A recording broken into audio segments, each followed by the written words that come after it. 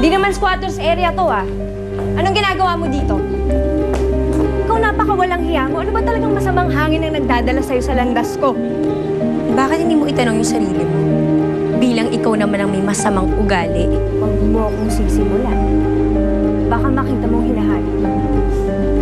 Hindi tumatalab sa akin ang pananakot mo, Divine. Nakalimutan mo na ba yung enkwentro natin? Gusto mo ba ng isa pa? Taas ng loob mo, ah. Kakalabanin mo ako. May saklay ka na. Lumpo ka na. Ano ba talagang ginagawa mo dito, ha? Sino nagpapasok sa'yo sa bahay na to? Nandito ako para dalawin ang anak ko.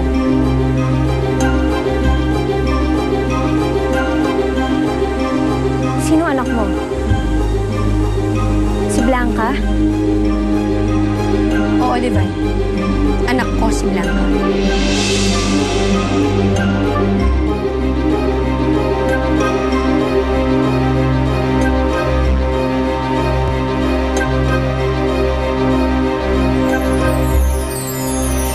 Nararamdaman ko yung nararamdaman mo dahil minsan nangyari na sa akin yan eh. Pero may usapan kami na kapag namimiss na namin ang isa't isa, titingin lang kami sa buwan.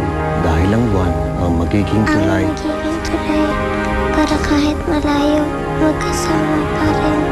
Ano mo nalaman eh? Si Luis and Rowena, baby nila, si Blanca. Bibisitahin lang namin yung bata. Kabiling-bilin na po ni Madam Priscilla na huwag kayo papasukin dito sa village.